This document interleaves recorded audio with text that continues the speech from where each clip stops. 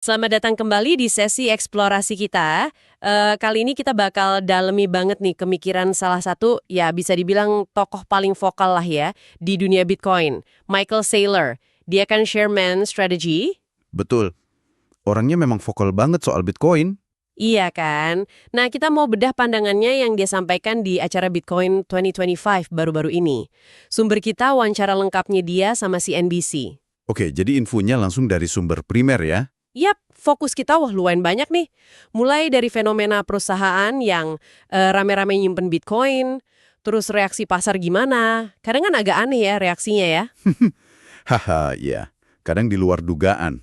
Terus strategi sendiri, pandangan dia soal regulasi yang sering jadi perdebatan lah ya, sampai visinya tentang masa depan aset digital secara umum. Lengkap berarti ya pembahasannya. Intinya gitu, kita mau kupas apa sih yang paling penting dari pemikiran Saylor ini, terutama buat Anda nih yang mungkin berkecimpung di dunia korporasi, investasi, atau ya sekedar pengen tahu aja arah Techfin ini gimana. Yuk, kita mulai aja bongkar bareng. Siap. Mari kita mulai. Oke, jadi yang pertama banget nih yang kerasa dari omongan Saylor itu soal gelombang antusiasme, dia nyebutnya ledakan energi gitu, soal perusahaan yang jadiin Bitcoin aset cadangan kas mereka, Bitcoin Treasury istilahnya. Ah iya, tren yang lagi panas ya belakangan ini. Betul. Dan ini bukan cuma Omdo ya, dia Mhm. langsung kasih contoh-contoh spesifik loh. Oh iya, siapa aja katanya? Ada GameStop, itu kan mereka umumkan posisi $500 miliar. Gede juga ya. 3 miliar dolar, wow. Terus Trump Media, katanya sih punya rencana bangun cadangan kas Bitcoin sampai $2,5 miliar. Ambisius banget rencananya. One.co. Nah ini penting nih katanya, soalnya bawa modal institusional raksasa dari SoftBank ke pasar Bitcoin. Wah, SoftBank masuk ya. Itu nama besar loh. Berarti makin serius nih kelihatannya. Kayaknya gitu. Nah, contoh yang paling gila mungkin Meta Planet di Jepang. Bayangin aja nih, dari perusahaan nilainya cuma sekitar $10 juta, meroket jadi hampir 4-5 miliar dolar gara-gara adopsi strategi Bitcoin. Serius, dari 10 juta ke 4-5 miliar dolar. Itu lonjakan yang luar biasa banget. Iya, sahamnya jadi yang paling sukses katanya di pasar Jepang sana. Belum lagi blockchain group di Perancis, itu juga tumbuhnya cepet banget. Jadi ini bukan cuma cerita 1-2 perusahaan aja gitu. Bukan fenomena lokal aja berarti ya? Bener, kelihatan global banget. Seller ngutip laporan ada proyek serupa jalan di mana-mana. Hong Kong, Korea, Abu Dhabi, Timur Tengah, Inggris, Kenya, Norwegia, Jerman, Brazil. Wah, banyak ya. Kayak semacam perlombaan global gitu yang mulai kelihatan. Jadi udah menyebar kemana-mana ya inisiatif ini. Menarik. Dan Saylor punya pandangan kuat banget soal ini. Dia bilang, nggak ada kekuatan di bumi yang bisa hentikan ide yang waktunya udah tiba. Gitu katanya. Wah, kutipan yang kuat. Menurut dia, perusahaan-perusahaan ini bukan cuma investor biasa. Mereka itu duta Bitcoin. Kayak nancepin bendera orange, warna khas Bitcoin kan, di seluruh dunia. Sambil jalan mereka juga bantu mecahin masalah-masalah praktis. Masalah kayak apa tuh contohnya? Ya, kayak soal kepatuhan, compliance gitu. Gimana caranya navigasi aturan mainnya. Terus soal pasar modal, registrasi, bahkan isu-isu politik lah yang nyangkut ke Bitcoin. Oh, oke. Jadi mereka nggak cuma beli Bitcoin, tapi juga bantu buka jalan buat adopsi yang lebih luas ya, secara nggak langsung? Nah, itu dia. Betul. Dan disinilah mungkin letak signifikansi yang lebih dalam ya, yang jadi inti pandangan Saylor. Ini bukan lagi soal perusahaan iseng-iseng coba atau venture sampingan pakai Bitcoin. Udah bukan main-main lagi gitu ya. Bukan. Buat sebagian perusahaan ini udah jadi strategi inti yang terbukti sukses banget. Intisari penting yang bisa Anda ambil di sini menurut Saylor adalah munculnya apa yang dia sebut generasi baru kapitalis. Nah loh, Generasi baru kapitalis, maksudnya gimana tuh? mereka ini katanya nemuin Bitcoin sebagai modal digital. Jadi bukan cuma aset spekulasi lagi, tapi bentuk modal baru di era digital. Ini penting banget karena mengubah cara pandang fundamental korporasi ke aset digital. Jadi bukan cuma nice to have, tapi udah jadi kebutuhan strategis gitu ya. Bisa jadi begitu. Potensinya sebagai penyimpan nilai jangka panjang gitu. Menarik banget itu cara pandang modal digital. Tapi ini pasti bikin kita mikir ya, dan mungkin Anda juga kepikiran. Kalau emang strateginya sehebat itu, kok reaksi pasar ke GameStop sama Trump Media kayaknya negatif? Setidaknya jangka pendek ya. Nah, itu dia pertanyaannya. Saham GameStop turun 17%, Trump Media malah 22% abis pengumuman strategi Bitcoin mereka. Kan beda banget sama reaksi positif yang biasanya diterima strategi dulu. Gimana tuh? Pertanyaan yang, wajar banget sih. Dan Saylor punya penjelasan nih. Agak teknis tapi penting buat kita pahami. Dia bilang ini lebih ke dinamika pasar jangka pendek aja. Bukan berarti pasar nolak strategi Bitcoin-nya. Coba kita urai ya. Oke, coba dijelasin. Buat GameStop nih, perlu diingat sahamnya itu malah sempat naik 50% pas isu strategi Bitcoin ini pertama muncul. Nah, penurunan setelah pengumuman resmi, menurut Saylor, bisa jadi karena dua hal. Apa aja tuh? Pertama, mungkin pasar ngarepnya mereka beli Bitcoin lebih banyak lagi. Ekspektasinya lebih tinggi gitu. Kedua, dan ini mungkin faktor teknis yang lebih gede pengaruhnya, GameStop kan baru aja nerbitin obligasi konversi 1,5 miliar dolar. Obligasi konversi ya, itu pengaruhnya gimana? Nah, nerbitin utang kayak gini tuh sering bikin ada aktivitas hedging di pasar. Gampangnya, ada yang jual sahamnya buat ngimbangin resiko dari obligasi itu. Nah, aktivitas jual ini bisa neken harga saham sementara waktu. Oke. Jadi ada faktor teknis dari obligasi konversinya ya. Terus gimana dengan Trump Media? Kan turunnya juga lumayan tuh. Mirip. Trump Media juga lagi ngumpulin dana gede dan sebagian besar lewat obligasi konversi juga. Nah, di sini mekanisme pasar yang disebut Saylor perlu kita ngerti. Obligasi konversi itu kan utang yang bisa jadi saham nantinya. Iya. Para pemain arbitrase di pasar tuh seringnya beli obligasi ini sambil nge-short sahamnya. Jual saham pinjaman gitu. Tujuannya ya buat ngunci untung atau lindung nilai lah kalau nanti obligasinya diubah jadi saham. Oh, jadi mereka main aman gitu ya? Betul. Saylor ngira-ngira sekitar 70% nilai obligasi konversi ini biasanya di-short sama para arbitrator ini. Nah, aktivitas short selling gede-gedean inilah yang secara teknis nekan harga sahamnya dalam jangka pendek. Jadi intinya nih ya, seller lihat penurunan harga saham itu bukan karena pasar nggak suka strategi Bitcoin mereka, tapi lebih ke efek samping teknis dari cara mereka cari dana pakai obligasi konversi itu, gitu kira-kira. Tepat sekali. Saylor yakin banget secara fundamental dan jangka panjang ya, entah 3 bulan, 6 bulan, setahun gitu, strategi nyimpen Bitcoin di neraca perusahaan ini bakal terbukti luar biasa populer. Ada contoh lain nggak selain strategi? Dia nunjuk contoh Metaplanet tadi, terus Saylor Scientific, bahkan GameStop sendiri katanya likuiditasnya malah naik setelah adopsi Bitcoin. Jadi buat dia, strateginya solid banget secara fundamental. Oke, nah ini nyambung ke strategi-strategi sendiri dong. Mereka kan terkenal agresif banget beli Bitcoin. Gimana sih cara mereka, dan apa bedanya sama yang lain? Strategi-strategi ini memang unik ya. Mereka tuh konsisten nerbitin instrumen kredit, bisa saham preferen, bisa obligasi konversi, buat dapat duit tunai. Terus, duitnya ya dipakai beli Bitcoin lagi. Terus beli gitu ya? Iya, ini menarik, karena jadi bikin pilihan beda buat investor. Ada investor yang mungkin lebih hati-hati, cari imbal hasil atau yield dalam dolar dari utangnya strategi. Cari aman ya? Bisa dibilang gitu. Tapi di sisi lain, ada investor yang justru cari exposure lebih tinggi atau leverage ke harga Bitcoin. Nah, mereka ini bisa beli saham biasa strategi atau derivatifnya. Jadi ada pilihan resiko dan imbal hasil yang beda-beda ya? Betul. Saylor juga belak-belakan kok soal ini. Dia bilang, kami akan terus beli Bitcoin. Ini bekerja secara eksponensial lebih efisien buat kami. Skalanya juga makin gila. Dari awal 200 juta dolar, terus 2 miliar, sampai 21 miliar dolar dalam satu kuartal aja buat galang dana. Gede banget ya skalanya. Banget. Jadi, pelajaran penting buat Anda di sini adalah pentingnya ngerti mekanisme pasar, kayak obligasi konversi ini, dan bisa bedain mana noise pasar jangka pendek, mana potensi nilai strategis jangka panjang kalau lagi nilai berita perusahaan masuk ke Bitcoin. Oke, paham. Jangan gampang panik sama volatilitas jangka pendek ya. Nah, itu dia. Oke, dari korporasi kita geser dikit nih ke arah pemerintah. Saylor kan sempat nyinggung soal perintah eksekutif di AS yang minta studi buat bikin cadangan Bitcoin strategis nasional. Gimana tuh dia lihat potensi negara gede kayak AS masuk? Dia lihatnya sebagai peluang emas buat AS. Visinya gede banget. Semua modal dunia pada akhirnya bakal ngalir ke cyberspace, ke jaringan Bitcoin. Wah. Semua modal dunia. Wow. Jadi sarannya buat AS, ya miliki sebanyak mungkin Bitcoin sebelum dunia sadar potensinya. Gitu. Tapi dia juga buru-buru nambahin sih, katanya, keputusan spesifik soal itu ya di atas tingkat gajinya dia lah. Merendah gitu ya, ngeles dikit. Ya, cara halus bilang itu urusan politik tingkat tinggi. Nah, ini menarik nih. Saya yakin banyak pendengar kita, mungkin Anda juga, yang langsung mikir, tunggu dulu. Bukannya semangat awal Bitcoin itu desentralisasi, anti pemerintah, anti kontrol terpusat? Pertanyaan bagus. Kalau sekarang AS mau jadi pusat kripto, atau nanti malah miningnya ngumpul di satu negara, apa itu nggak malah nabrak etos dasar Bitcoin? Gimana tuh? Pertanyaan krusial banget. Dan jawaban Saylor ini mungkin agak kontraintuitif ya.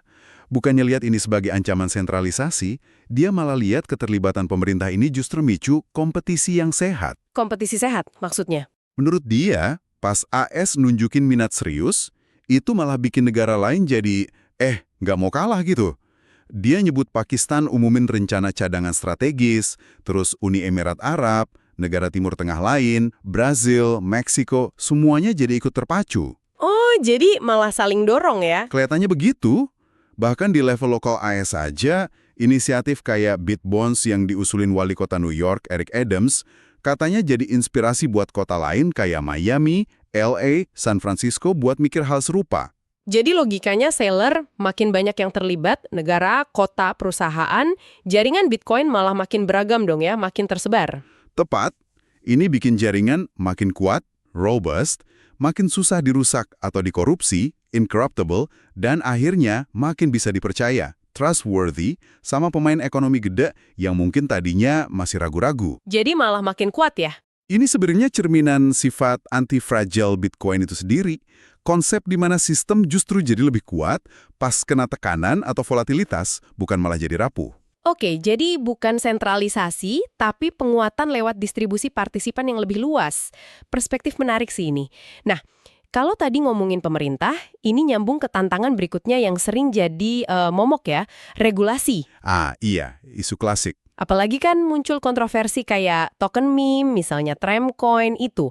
Kan ada kekhawatiran sebagian orang itu bisa bikin citra industri jadi jelek dan malah hambat RUU kripto di AS. Bener, isu sensitif itu. Nah, Saylor ini punya usulan solusi. Menurut dia ini bisa jadi kunci pembuka pertumbuhan eksponensial. Dan ini menurut saya bagian yang benar-benar jadi inti argumennya soal masa depan nih. Apa itu usulannya? Dia ngusulin hukum secara jelas mendefinisikan 4 kelas aset digital baru. 4 kelas aset, kedengerannya ambisius tapi kok kayaknya bisa nyederhanain banyak hal ya. Gimana persisnya dia bagi-bagi? Betul, ini inti proposal regulasinya dia. Yuk kita bedah ke 4 kelas aset digital yang dia usulkan ini. Oke, coba satu-satu. Pertama, komoditas digital, digital commodity. Ini aset digital yang nggak punya penerbit pusat. Contoh paling jelas ya Bitcoin. Saylor nyebutnya satu raja komoditas. Mungkin bakal ada beberapa lagi katanya nanti, tapi intinya aset bearer digital tanpa penerbit. Oke, yang nggak ada penerbitnya. Terus yang kedua? Kedua, mata uang digital, digital currency. Ini spesifik ke stablecoin yang nilainya dipatok 1:1 ke mata uang fiat kayak dolar AS. Dan harus didukung penuh cadangan setara yang disimpan di lembaga keuangan terregulasi. Contohnya USDC dari Circle. Fungsinya ya alat tukar digital yang stabil. Oke, stablecoin yang jelas backupnya. Ketiga? Ketiga, sekuritas digital, digital security. Ini intinya tokenisasi aset keuangan tradisional, saham atau obligasi gitu. Bayangin Anda punya saham Apple atau obligasi pemerintah dalam bentuk token digital, bisa diperdagangkan 24/7 di bursa global, instan. Ini inovasi di pasar modal. Wah, menarik itu. Yang keempat? Keempat, token digital, digital token. Nah, ini kategori yang paling macam-macam gayanya. Mencakup tokenisasi buat hal kayak keanggotaan klub fans, tiket acara, akses loyalitas, gitu-gitulah. Contohnya gini ya tuh. Saylor kasih contoh token Katy Perry buat beli tiket konser lebih awal, atau token Joe Rogan buat konten podcast eksklusif. Kunci bedanya di sini, token ini harus punya utilitas nyata di dunia digital atau fisik, tapi nggak boleh punya fitur sekuritas finansial. Maksudnya fitur sekuritas finansial? Ya kayak hak atas aset perusahaan kalau likuidasi, atau jaminan dapat duit di masa depan gitu. Penerbit token jenis ini tanggung jawabnya di bawah hukum perlindungan konsumen biasa, terutama biar nggak nipu. Oke, jadi ada batas yang jelas antara token utilitas sama sekuritas ya, 4 kategori. Dan apa nih penekanan utama Saylor soal definisi ini? Penekanannya di kejelasan sama kesederhanaan. Dia bilang definisinya harus simple banget sampai 1 miliar orang bisa paham dalam 5 detik. gitu katanya. Haha, ambisius juga ya targetnya. Iya. Menurut dia, ketidakjelasan regulasi sekarang ini, dia nyebutnya periode peralihan, itu sumber utama kecemasan. Konflik antar regulator, dan yang paling penting, ini yang bikin modal institusional gede jadi ragu buat masuk ke industri ini. Ketidakpastian kan musuh investasi. Bener banget, investor butuh kepastian hukum. Terus kalau kejelasan ini tercapai, dampaknya apa kata Saylor? Nah, inilah yang dia sebut kunci pembuka besar atau the big unlock. Buat dia, terobosan terbesar yang ditunggu industri ini bukan teknologi baru yang canggih, tapi terobosan regulasi.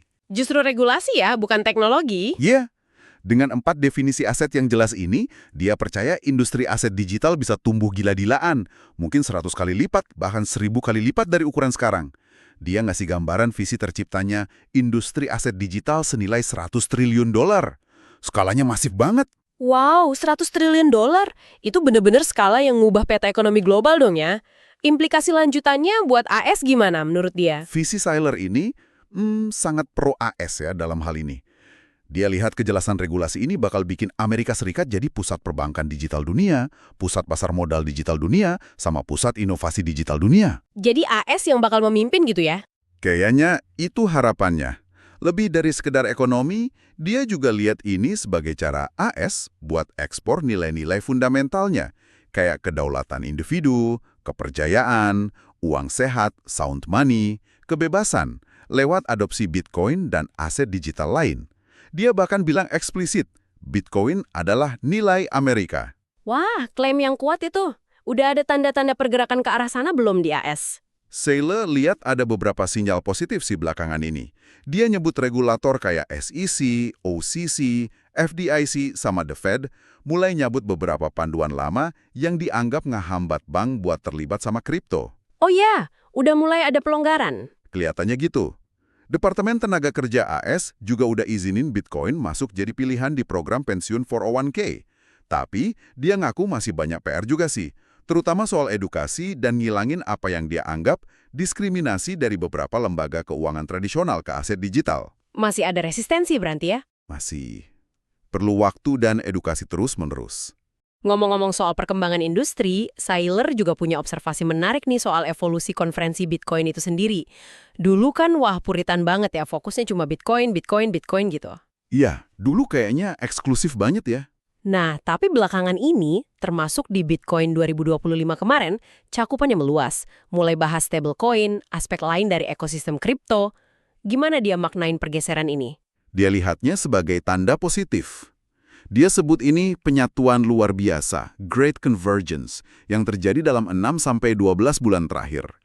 Kayak ada peleburan batas gitu antara komunitas Bitcoin murni, para inovator kripto lain, altcoin, DeFi, industri stablecoin yang lagi naik daun, pemain keuangan tradisional Wall Street, bahkan politisi juga. Jadi udah nggak saling musuhan lagi gitu antar kubu. Gak ada pergeseran signifikan katanya. Dari kondisi sebelumnya yang cenderung kepisah-pisah dan penuh permusuhan internal sikap kayak gue dukung Bitcoin tapi benci yang lain, ke arah apa yang dia sebut iklim politik yang lebih tercerahkan dan lebih kooperatif. Jadi semacam kedewasaan industri gitu ya. Udah mulai ngakuin kalau ada tempat buat berbagai jenis inovasi. Tepat sekali. Saylor ngakuin ada berbagai kasus penggunaan yang valid dan saling melengkapi kok di ekosistem yang lebih luas ini. Bitcoin, kata dia, unggul sebagai penyimpan nilai jangka panjang. Emas digital lah. Oke, Bitcoin buat simpenan. Terus ada dolar digital, stablecoin. Ini penting banget sebagai medium pertukaran global, terutama buat orang di negara yang mata uangnya nggak stabil, kayak Turki atau Argentina katanya. Buat transaksi sehari-hari ya? Iya. Terus, sekuritas digital, buat inovasi pasar modal. Dan terakhir, token digital. Nah ini menurut dia bisa jadi solusi etis buat jutaan bisnis kecil di seluruh dunia. Dia nyebut angka 400 juta loh, yang sekarang nggak punya akses ke pasar modal. Jadi token digital ini buat bantu UMKM gitu ya? Bisa jadi gitu. Mereka butuh cara buat nerbitin token, buat galang modal, atau bangun komunitas, tanpa harus merasa malu atau takut dituduh langgar UU sekuritas yang rumit itu. Jadi semua bagian ini bisa kerja bareng dong ya? Kesimpulan optimis Saylor sih. Iya. Industri ini secara kolektif bakal jauh lebih kuat kalau bersatu di bawah kerangka regulasi yang jelas. Kunci buat ngatasin tantangan dan buka potensi penuhnya, yaitu tadi, ciptain nilai triliunan dolar itu, Dan itu cuma bisa lewat terobosan regulasi. Jadi balik lagi ke regulasi ya kuncinya. Betul, khususnya definisi yang jelas buat token, sekuritas, mata uang digital, kayak usulannya tadi. Kalau ini terjadi, dia bayangin bakal ada ledakan inovasi digital ala periode Kambrium. Itu metafora buat periode ledakan keanekaragaman hayati di bumi yang bakal bawa AS dan dunia masuk ke era ekonomi digital abad ke-21. Baiklah, sebuah visi yang sangat komprehensif dan ambisius ya dari Michael Saylor. Coba kita rangkum sedikit beberapa poin kunci yang udah kita kupas bareng tadi ya. Boleh? Biar lebih nempel. Pertama, adopsi Bitcoin oleh korporasi ini bukan lagi iseng-iseng, tapi udah jadi tren global yang signifikan. Didorong pandangan Bitcoin sebagai modal digital. Betul, udah jadi strategi serius. Kedua, reaksi pasar jangka pendek ke langkah korporasi ini perlu dilihat lebih dalam. Seringkali ada faktor teknis kayak obligasi konversi tadi. Jangan cuma lihat harga saham sesaat. Jangan gampang ke bawah hype atau fad jangka pendek. Ketiga, minat pemerintah. Kata Saylor justru micu kompetisi sehat yang malah nguatin jaringan Bitcoin, bukan ngancam desentralisasinya. Perspektif yang menarik itu. Keempat, kunci utama buat buka pertumbuhan masif industri ini adalah kejelasan regulasi, terutama lewat 4 definisi kelas aset digital yang dia usulkan. Kejelasan hukum adalah fondasi. Kelima, ada tanda-tanda penyatuan luar biasa nih. Berbagai faksi di ekosistem kripto dan keuangan tradisional mulai gerak ke visi bersama. Jadi, apa ya implikasi semua ini buat Anda? Nah, setelah dengar semua visi Saylor ini, saya jadi kepikiran satu hal nih buat Anda renungkan lebih lanjut. Saylor kan nyajiin kerangka kerja yang kelihatannya rapi ya, logis gitu, buat ngegabungin berbagai jenis aset digital, komoditas, mata uang, sekuritas, token, ke dalam sistem keuangan dan bisnis yang udah ada. Kelihatannya sih oke ya kerangkanya. Menjanjikan banget kedengerannya. Tapi pertanyaannya gini, di mana kira-kira Anda melihat potensi gesekan paling besar atau mungkin tantangan yang nggak terduga yang bisa muncul pas keempat jenis aset digital ini yang beda sifat dan tujuannya mencoba buat hidup bareng dan berkembang di dalam sistem finansial tradisional. Sistem yang notabene mau mereka ganggu sekaligus mereka masuki. Pertanyaan bagus. Aspek mana dari ledakan digital Kambrium yang dibayangin Saylor ini? Yang mungkin bakal jauh lebih rumit atau susah diatur dalam prakteknya daripada yang kelihatan di atas kertas. Sebuah pertanyaan reflektif yang menarik banget buat dibawa pulang. Terima kasih sudah menyimak eksplorasi kita kali ini. Sampai jumpa di pembahasan berikutnya ya.